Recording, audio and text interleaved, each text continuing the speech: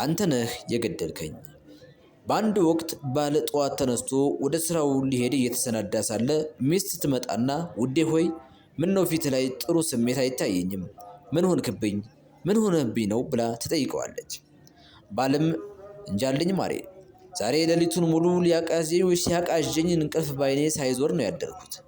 ድሮ ልጅ እያለሁ እናቴ በመኪና አደጋ ከመሞቷ አንድ ቀን በፊት ልክ እንደ ዛሬው ሌሊት ሲያደርገኝ ስለነበር አሳስቦኝ ነውና ዛሬም ጥሩ ነገር ስለማይሸተኝ እባክሽ አንቺም አንድ ነገር እንድታስቢኝ እንድትሆኚ ስለማልፈልግ እባክሽ አንቺም አንድ ነገር እንዳትሆኝብኝ ከስራ ቀርቼ አብሬሽ ልዋል ይላታል።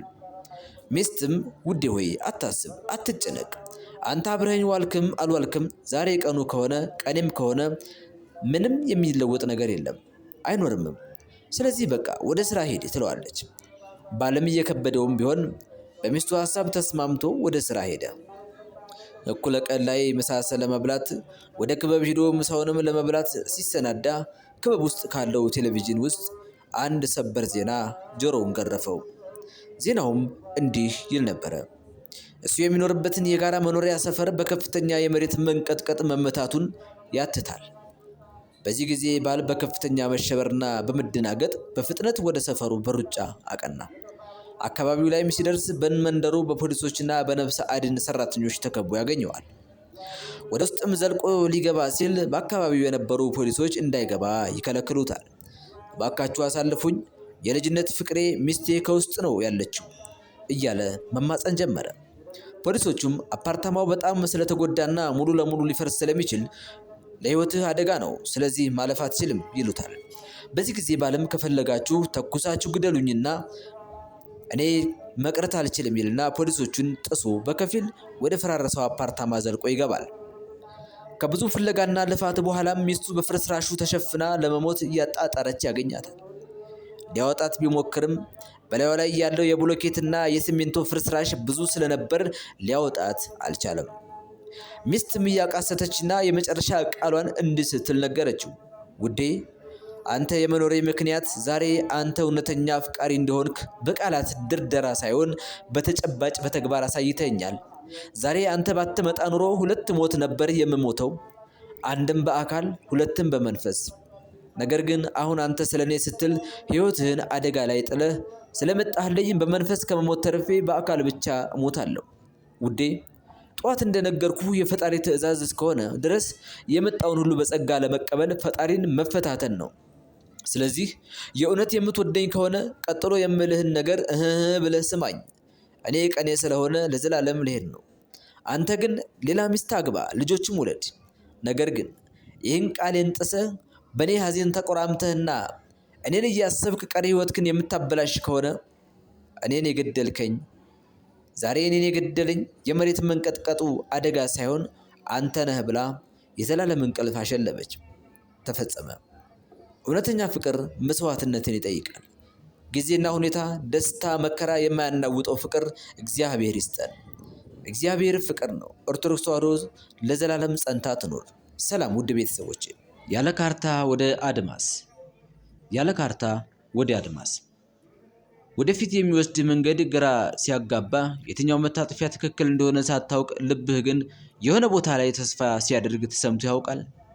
አንዳንድ ህይወት ብዙ አማራጮችን ትዘረጋልህና በዙሪያችን ያሉ መንገዶች እንደ ድር ተያይዘው የቱ እንደሚያደርስህ ወዴትም እንደሚያደርስህ የማይታወቁ ይመስላሉ።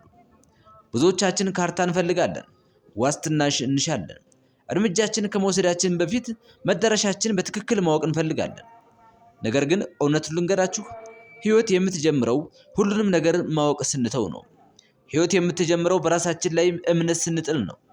አየህ፣ ያ ቀጥ ያለ ወደ ፀሐይ መውጫ የሚወስደው መንገድ የሌላ ሰው አይደለም፣ የራስህ ነው። በዙሪያ ያሉትን የተጠላለፉ የህይወት መንገዶች ስታይ አትደናገጥ። እያንዳንዱ የህይወት ውሳኔ፣ እያንዳንዱ መታጠፊያ ለአንተ የተዘጋጀ ትምህርት ነው። አንዳንድ ጊዜ የምንፈልገውን ነገር ከመድረሻው በላይ በመንገዱ ላይ የምናሳየው ጽናት ነው። ስለዚህ አትፍራ። ካርታ ስለሌለህ አትቁም። የያዝከው አቅጣጫ የሚጠቁምህ ኮምፓስ ባይኖርህም የውስጥህ ድምፅ እና የልብህ ጥሪ ወደ ግቡ ይወስድሃል። ትክክለኛ መንገድ የተዘጋጀው አንተ ስትራመድ ብቻ ነው። እምነት በሌለው መንገድ ላይ በየአንድ እርምጃህ እምነትን መዝራት ስትጀምር መንገድህ ይበራል፣ መዳረሻህም ይጣጋል።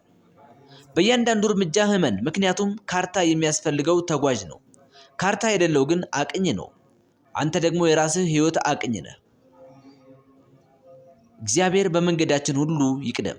እግዚአብሔር በሐሳባችንም በሁሉም ነገራችን እሱ ከፊት ይምራን።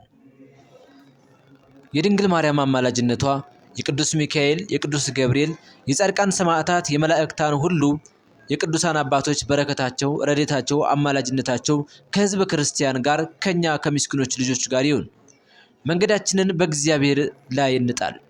ህልማችን ሁሉ በእግዚአብሔር እጅ ነውና ያለው እግዚአብሔር ህልማችንን ይፈጽምልን። የምንፈልገውን አያሳጣን። እግዚአብሔር መንገዳችን ነው። እግዚአብሔር ብርሃናችን ነው። እግዚአብሔር የሁሉ መገለጫ ነው።